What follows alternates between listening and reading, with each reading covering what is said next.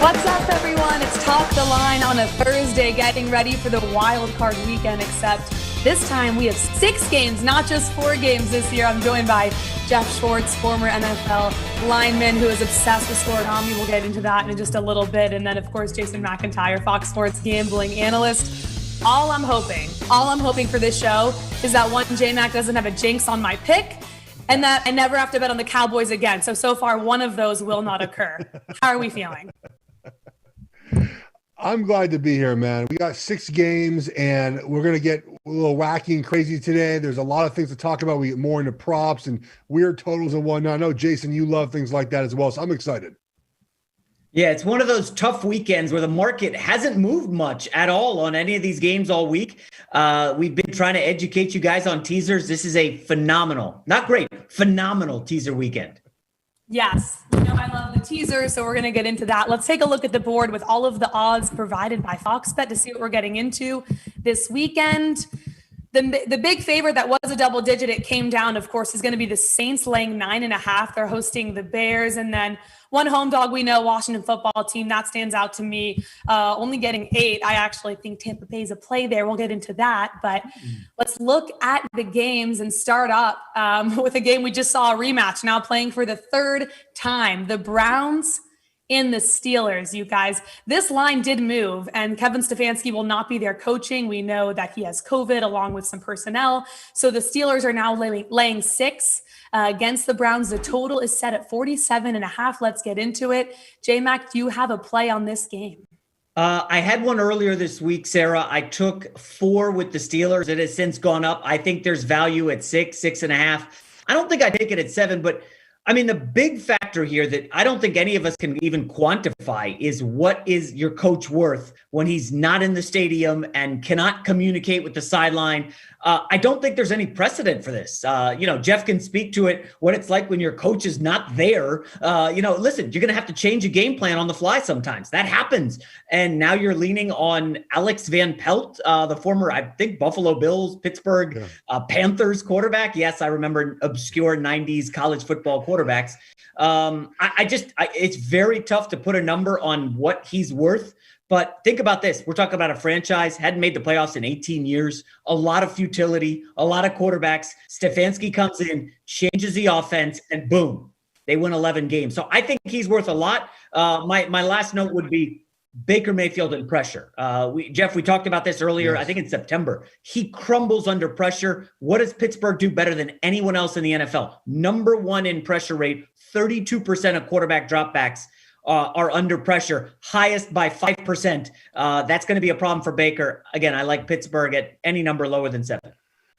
I got Pittsburgh at -4. I'll take Pittsburgh again at -6 for a lot of the reasons that you said. So let's talk about 2 reasons besides what you mentioned. Joe Bitonio, the left guard being out, is a huge problem for the Browns. He's an all-pro type player. We saw this year when the right guard was out, Wyatt Teller, who's also an all-pro, that the production, the offense went down. The rushing totals went down a little bit.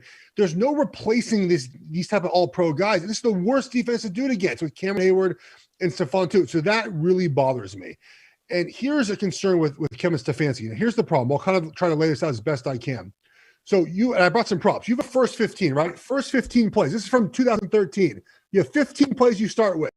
Every offense has this. Sometimes they're ordered in 15. Sometimes they're ordered in groups. So the beginning of the game for the Browns, that will be scripted by Kevin Stefanski. That will not be hard for Alex Van Pelt. He'll look down at his sheet. He'll be like, okay, we have this play. It's 3rd and 3. Okay, we're running this play. It's the 2nd and 3rd and 4th quarter that you have to worry about this Browns offense. And there's a great opportunity here if the Browns come out, put up 3 or 6 or 7 early on to take Steelers in game, as Alex Van Pelt kind of has to take over play calling fully, because that's going to be the concern. It's not the first quarter, in my opinion. It's the rest of the game when Stefanski's not there. I also love Baker Mayfield under. We'll get to that in my confidence picks as well. Wow. Well, that's great insight, Geoff. I'm happy you brought that up. Just in general, I think live betting is underutilized by a lot of new bettors. So that's something I'm looking to do as well, jumping in on the Steelers if they go down early. The prop provided for this game by Fox Bet, I happen to like. We're looking at Nick Chubb. I feel like we look at his rushing yards every weekend. I tend to lean over this one. I don't have a play on. I actually lean under. I think the Steelers defense are going to show up. Nick Chubb over under 87.5 rushing yards. Geoff, I'll go to you here first. How do you see this one playing out? I really think the loss of Bitonio is hard, guys. It really is difficult. What they do with their run scheme, they require those guards to reach and run, to pull, to get cut off blocks, things like that. I believe Nick Harris is going to start. Now, Nick Harris, he's a rookie from Washington. He's a spark plug. He can be a good center in the NFL, but he's only 6'1", 6'2". A guy like Stephon Tuitt or Cam Hayward can overpower him a lot. So I will lean under here. Again, I think the Browns offense is just going to be stifled this weekend. I just cannot see a path where they have a great weekend, because we've seen it too. We've seen them be stifled by a Steelers defense the entire time Mayfield has played in Cleveland. I would also lean to the under. I don't know where the offense comes from. Just like Geoff said, quarterbacks in their first playoff start, 9-30 straight up, 11-28 against the spread. We know the Browns are not going to come out here and have Baker Mayfield try to throw the ball 40 times, especially in a night game, playoffs, on the road. Fun fact, Mike Tomlin has never lost to Cleveland since he's been head coach of the Steelers at home. Everything just stacks up against the Browns here. I would just lean under on Chubb. I will say go ahead, Geoff. Steelers have won 17 straight games at home against Cleveland. 17 straight games at home against Cleveland. That's remarkable. I didn't get in with a 3.5, and now it's at 6. I like Pittsburgh. To your point, I'm definitely going to live bet this game. All right, moving along, you guys. Game 2 on the slate. The Ravens in Tennessee, where I am right now in Nashville, playing the Titans. This line has not moved at all. We have Baltimore laying 3. The total's high, and I feel like this is going to get bet up. It's 54.5, highest on the board. Geoff, I'll go to you here. Do you like a side or a total in this game? I like Baltimore -3. And I know you're going to say, they're on the road. They're a public road favorite. They lost the playoffs the last couple of years. All true, guys.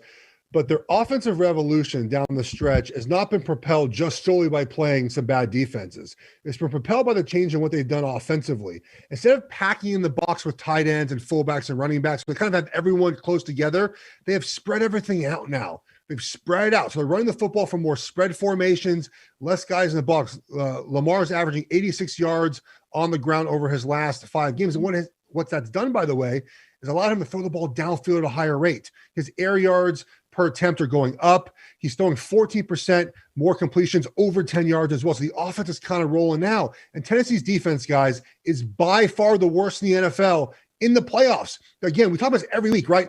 Third down, they're horrific. Pressuring the quarterback, they're horrific. Baltimore has a good offensive line. They're 4th and 3rd down. I think they do enough offensively to win this game by at least 3. I think defensively, just have to slow down Tannehill enough. I'm not worried about Derrick Henry. Guys, you're not winning a playoff game with that guy alone. You have to shut down Ryan Tannehill to win this game.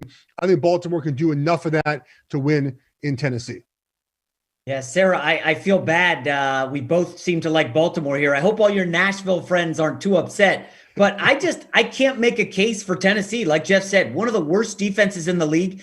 And listen, if you're going to watch other shows, other gambling people talk, the amateur hour stuff is going to be, Tennessee beat them last year and Tennessee beat them in the regular season. Like, you got to watch the games, okay? Baltimore had 500 yards of total offense in that playoff loss. I mean, Lamar Jackson failed on 2 4th and shorts. They were dominant on 4th down last year. Just one of those moments in the playoff game. And then this year in the regular season in Tennessee, Baltimore led 21-10. They were rolling in that game. In the second half, one bad Lamar Jackson interception. It was just an underthrown ball deep. That kind of flipped the game.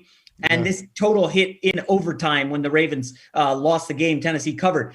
I would lean to the under. I do believe that this is going to be a flipped script. I think Baltimore is going to run the football even more than Derrick Henry. By the way, Derrick Henry, Geoff, 34 carries last week in the regular season finale. I know they needed them, but off 34 carries, he's going to come back and go against a Ravens defense, which, by the way, was built in the offseason to stop Derrick Henry, who had like 200 yards against him last year. They went out and got Calais Campbell. They drafted Patrick Queen, who's been up and down as a linebacker, but they want to be tough in the middle. Calais Campbell and Brandon Williams missed the earlier meeting versus Tennessee. They're back.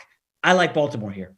Well, Jason and Geoff, I'm with you guys. Looks like a clean sweep here. I'm laying the 3 100% with the Baltimore Ravens. I think they're going to win this game. And We could talk about the match from last year when they met in the playoffs, but I don't think people are taking into account how poor this Titans defense is, what you touched on, Geoff. So a prop that I think we're all going to love for this game. We all played it last week. It came home. It was my saving grace for a brutal bath I took with some L's. So Lamar Jackson, his total for rushing yards, 63.5. J-Mac, we hit this last week early on. Do you like it again? You know, I don't know if I like it that much here. Lamar Jackson obviously is going to be the spotlight guy, right? He's lost his first two playoff games. Can he win from the pocket? All that fun stuff. I think this is going to be a J.K. Dobbins game. He had a coming out party of sorts earlier this season and then just carved up Tennessee. Ingram is back. I know he was kind of a healthy scratch there for a minute, but Ingram, Gus the Bus, J.K. Dobbins, I feel like the running game is just going to grind Tennessee into dust. I don't know about Lamar 63.5. I would lean under, actually, but this is not a significant play like last week's winner. I think I would still go over here till proven otherwise, right? I mean, he's been tearing up defense, and there's no difference here with this Tennessee defense compared to anything else he's seen lately. And because of those spread out formations, guys, they use him more in the run game. And so I think there's a lot of possibility for him to get into space and create a lot. Plus, we know late in the down, he's able to do so. I just feel better being on the side of an over here with Lamar the way he's playing than under. I want to address one thing about this pressure, right? This is a big game for Baltimore, guys. Because if they go to Tennessee and lose this game, they'll have lost 3 straight years as the favorite in the playoffs. Yes, they are the 5 seed now. They're not a division winner. But 3 straight years now, if Lamar does not play well, are there questions about, is Lamar the guy going forward, right? 3 straight years, you made the playoffs, great, but you haven't looked good in these high. I think we lost Geoff for a second, but I'm sure what he was saying was important. We'll get back to him in just a second. Well, no, he's right. He's right, Sarah. Like if you look at all the quarterbacks this week, absolutely, Lamar Jackson has the most pressure by far, even over more than Baker Mayfield, who's making his debut. I would agree. Which is why I think we're all backing the Ravens just by saying he's 0-2 in the playoffs. He's looking for his first win, which is why I lean to this over. I love 63.5. I already placed it. I think he's going to run all over this Titans defense. It's hard to catch a scrambling quarterback. We've seen good defenses have trouble getting to him. And I think a bad defense like the Tennessee Titans is going to struggle mightily getting to him. But let's go to the next game on the slate here. Game 3, Rams at Seahawks. Seattle favored by 3.5 at home, hosting the Los Angeles Rams. The total pretty low, 42.5. J-Mac, do you have a feel on the side or total here? I do. In a season, Sarah, where we saw, I think, more points scored than ever before. I think scoring was up 3 points.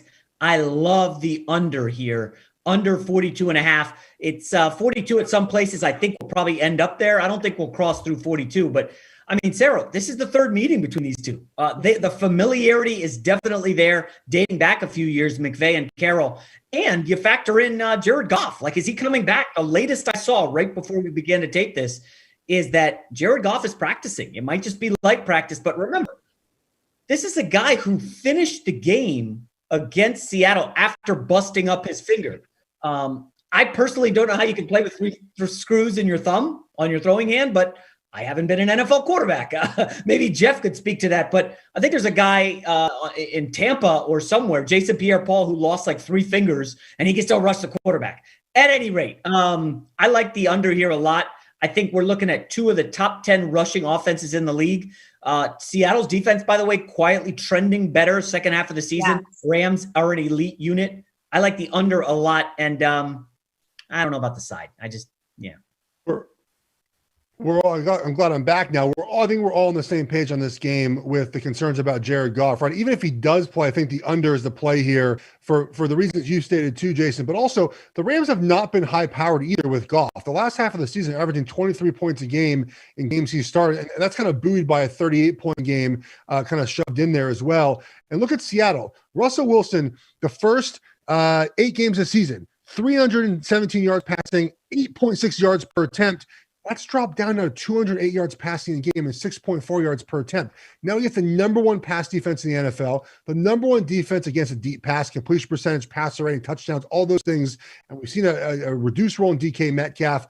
I think this game is ugly. It's probably going to rain in Seattle like usual. Low scoring game. I like the under. We're all on the same page. I'll get into the total more during the confidence pick. You'll hear about the under just some more. We're really going to hammer it home on the show today. The prop, of course, Alex, provided by Fox Bet for this game. I think we're all going to agree again, you guys here. Russell Wilson, his total for passing yards set at 241.5. Geoff, I'll go to you. Minus 110 on both sides. Yeah, I saw this number. I was going to try to include it in an article I wrote about these games, and it still feels really low. I know that all the numbers kind of tell you that you lean under here. I told you the Rams allowed about 200 yards passing. Russell Wilson, 208 yards passing in the last 6 or 7 weeks. But man, betting against Russell Wilson in the playoffs, especially in this prop, feels like bad business. I would stay away from this.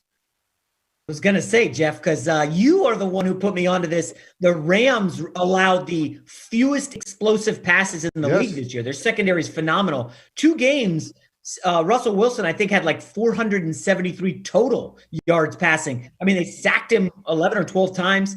This defense really understands Russ. Jalen Ramsey, in 2 meetings, held DK Metcalf to 1 reception. I mean, I would look at the under, if anything. Under or pass for me.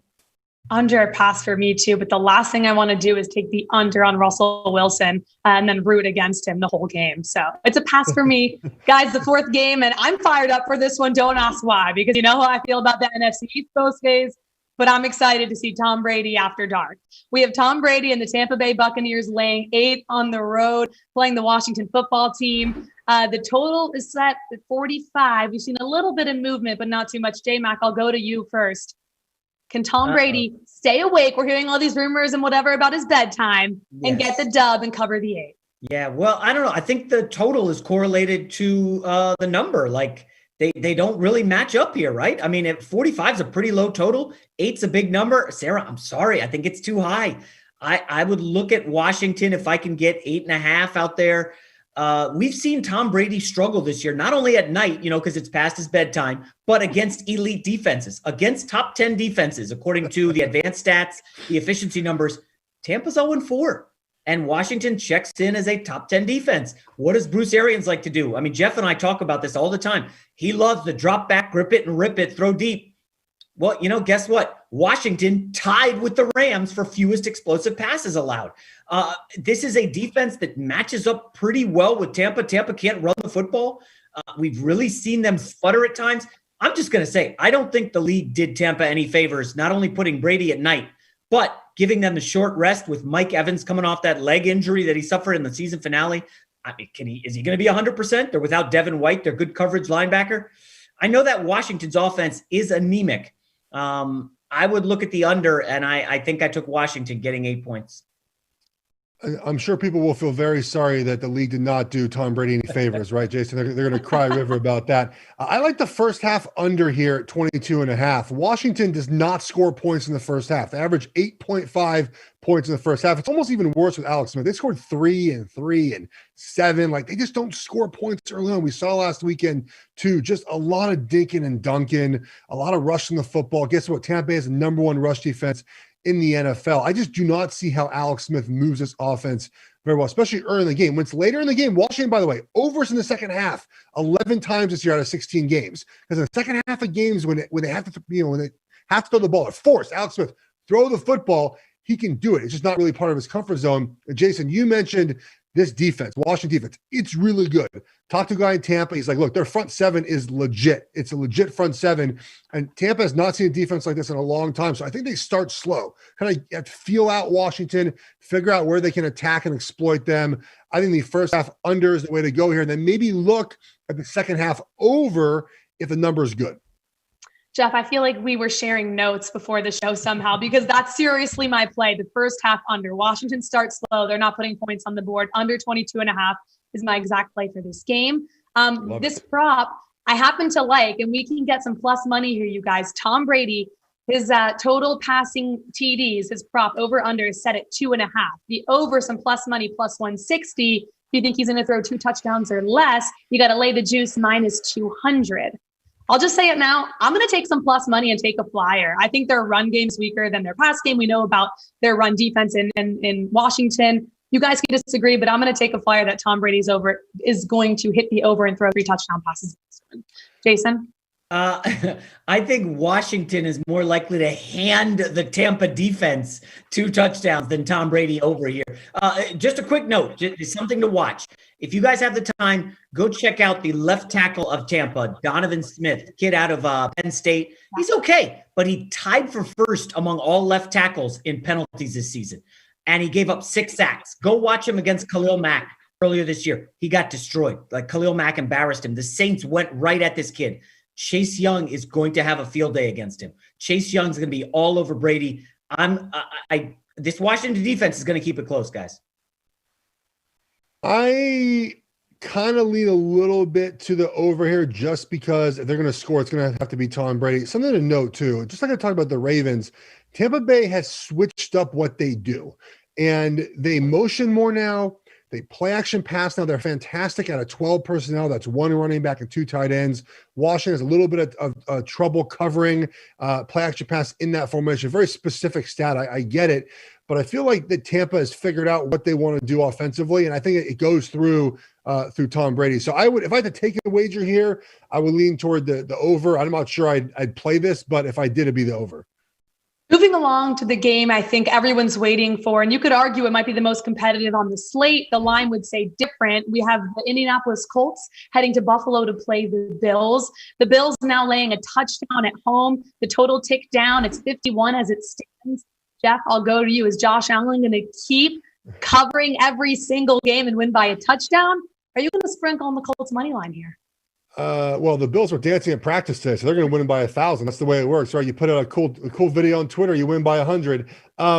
There's going to be an upset this weekend, and if you're looking for value on a money line play, it is the Indianapolis Colts. I do not think they win this game. I would take the 7 points as well. But let's talk about the ways they can win this game. Offensively, it's rushing the football, right? The last 6 weeks of the season, Jonathan Taylor's averaging 123 yards and 6.2 yards per attempt. We've seen the Bills this year in games they've struggled. The run game, right? Chiefs had 250-ish yards, 165 yards in this game. Phillip Rivers kind of heating up, guys. The offense, 30 points per game over their last 8 as well. Over the last 6, I believe, 400 yards as well. So kind of heating up a little bit offensively, right? Doing some good things. They're finally clicking. Reich and Rivers take some time during the season to finally click. But here's why I like them a little bit more than other teams in this matchup. Defensively, okay?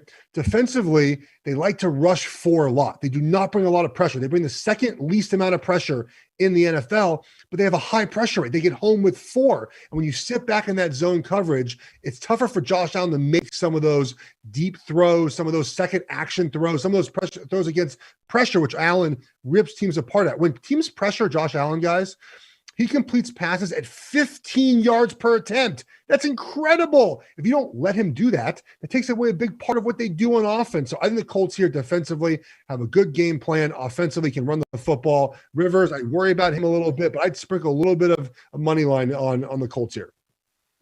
Okay. I also think this number is just too high. I mean, think about this. If you're setting a number and you're looking at the teams and how they've done and who's going to bet where, is anybody not betting Buffalo, Geoff? I mean, this is a team that's covered 6 straight, and won the last 3 games by 29 or more points. They're one of the hottest teams in the league. I mean, Sarah and I last week took Super Bowl futures on them. People love this Buffalo team, so nobody's going to back the Colts here, right? I am. I mean, Geoff and I are the only guys on planet Earth taking the +7. And I just want you guys to remember this. Buffalo, yeah, they've been great this year. Do you know how many times they've been favored by a touchdown or more? Just twice. That's it.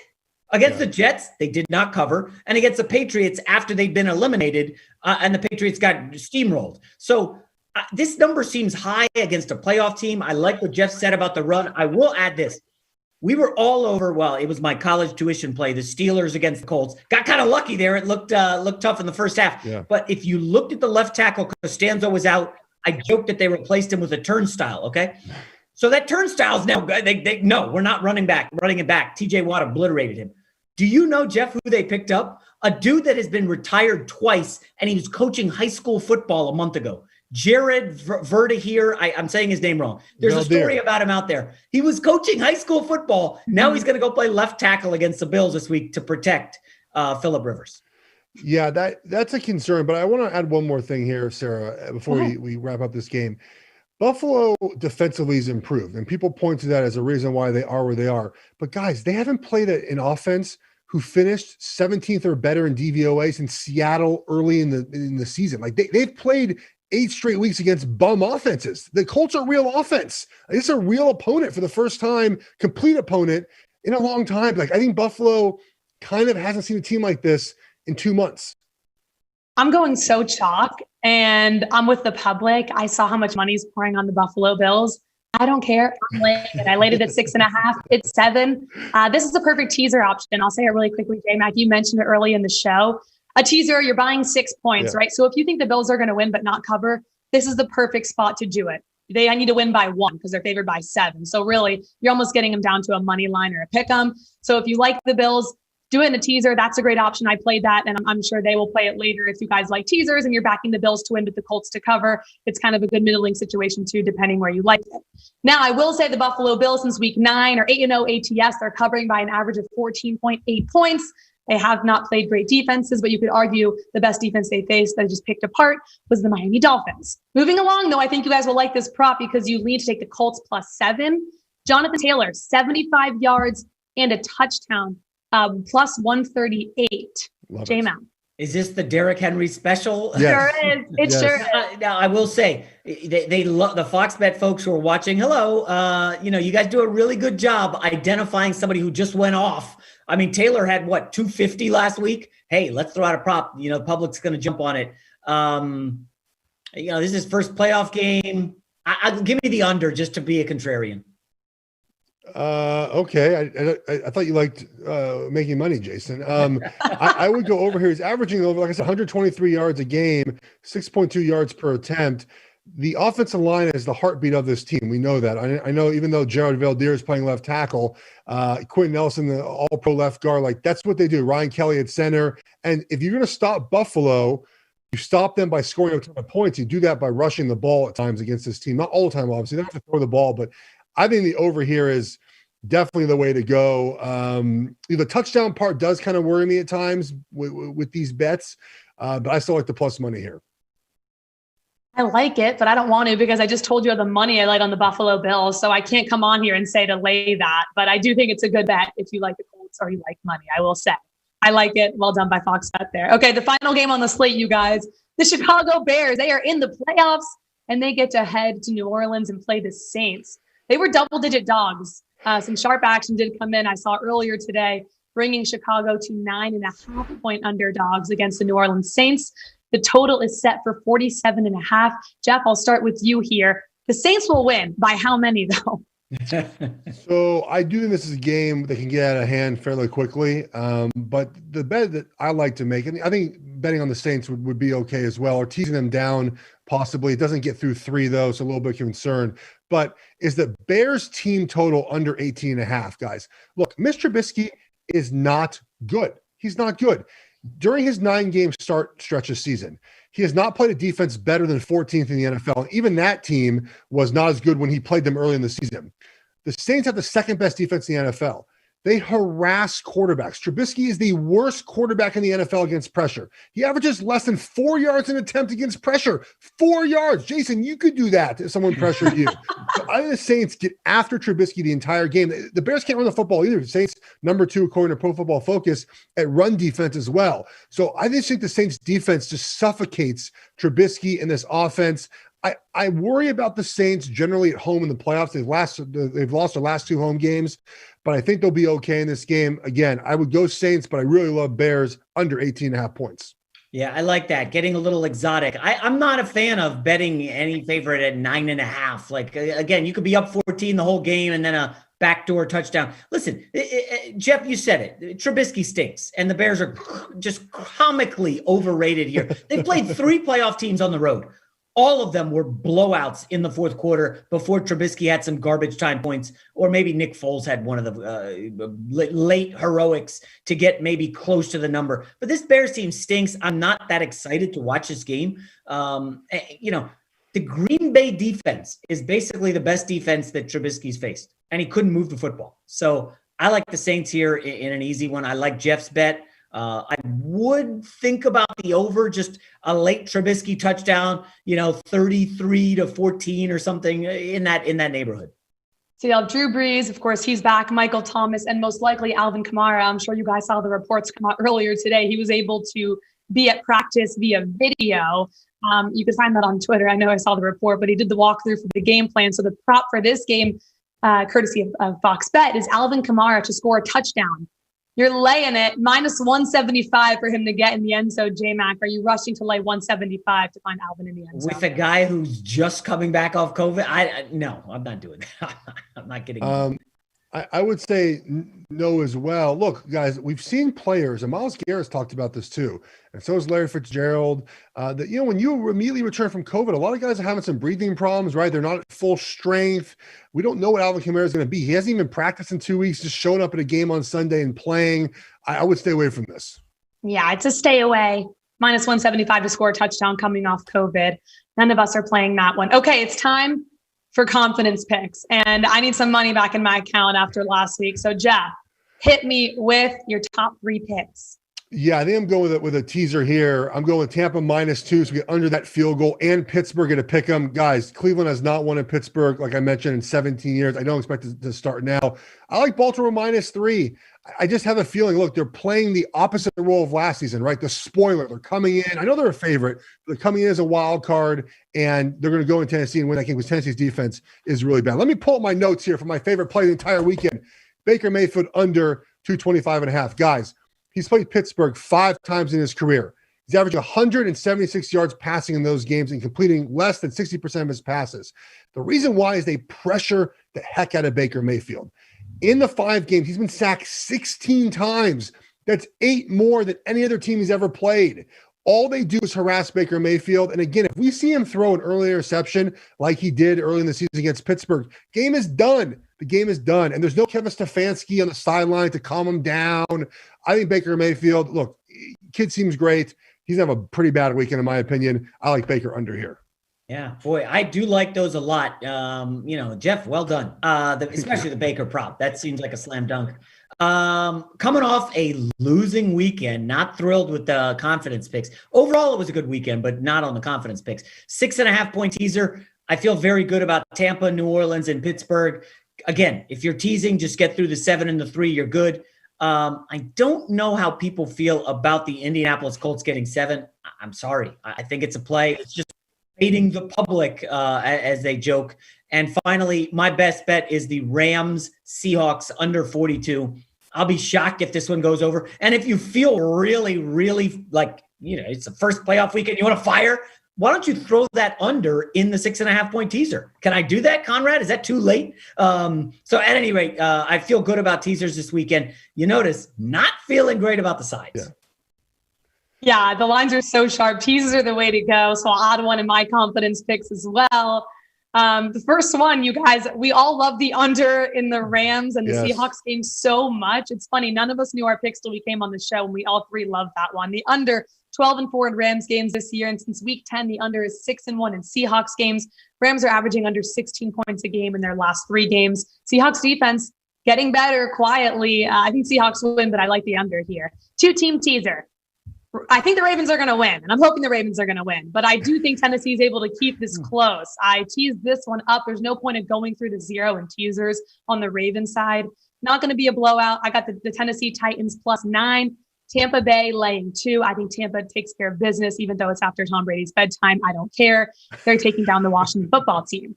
And finally, I lock. Please come home and not like my Cowboys last week. Anything's better than that. I'm with the public. Your girl doesn't care. I'm laying the 6.5 with Buffalo. I think Buffalo takes care of business. They're the best team right along with the Chiefs in the league, in my opinion. I'm laying the 6.5 under a touchdown, and they will take down Phillip Rivers and company. Okay, you guys, it is now time. We got through all of our picks, our confidence picks for a Super Bowl future. We're going to look for value. And here's the board, courtesy of Fox Bet here. Geoff, I'm going to go to you. One team that you think has value to win the Super Bowl. Pittsburgh +2,200 is absolutely ridiculous, guys. Pittsburgh is the 3 seed. They were like 13-0 this year, 11-0. They were like 11-0 this year. If they can fix their offense, which we look like they fixed in the second half of that Colts game, if they beat the Browns by playing well on offense, They're going to go into Buffalo, presumably. They just played Buffalo well. Their defense played that offense well. The offense sucks. So if they fix their offense, they're going to go into Buffalo, and I would pick them to probably win that game. Then they go to Kansas City. Anything's possible in the AFC Championship game. I think the value here on the Steelers is grand. I don't hate that. I think that could be in play, but mine's a little bit safer than Jeff's. The New Orleans Saints plus 750. There's one team in the NFL, everybody, that's top 10 in offense, defense, and special teams. That's the New Orleans Saints. Now, a lot of this is contingent upon Michael Thomas getting fully healthy, Alvin Kamara coming back off COVID. But I think this team can certainly beat Seattle in the second round. And I don't have a lot of concerns for them going into Lambeau and facing the Packers defense, which is, a lot of Swiss cheese out there. I like the Saints to win the Super Bowl plus 750. I like both of those. I think you guys know where I'm heading, and I couldn't wait to put this on today. Your girl is going with the Buffalo Bills. Not only will I be jumping off tables with them come when COVID is hopefully long and gone, I'm backing the Bills at plus 700. Played it at 9-1, played it at 8-1. I like this team. I don't care if they're dancing at practice. They're 7-1 at home on the season, and ATS 11-5. I think they're going to win the Super Bowl, and I'm not just saying that because honestly, I think the hat looks good on me. I don't care. I'm backing the Buffalo Bills, and they're table breaking everything. Yeah, if we need to step up our prop game. That's what I'm saying. I got to prove to wear this. I was fired up. Yeah, put your helmet on next time, and I'll back your pick too, Geoff. Okay. For Geoff Schwartz and Jason McIntyre, I'm Sara Perlman. We'll be back here on Saturday, you guys. Join us to answer all your questions leading up to the Wild Card weekend. On behalf of everyone here with Fox Bet, thanks for watching. We'll see you next time.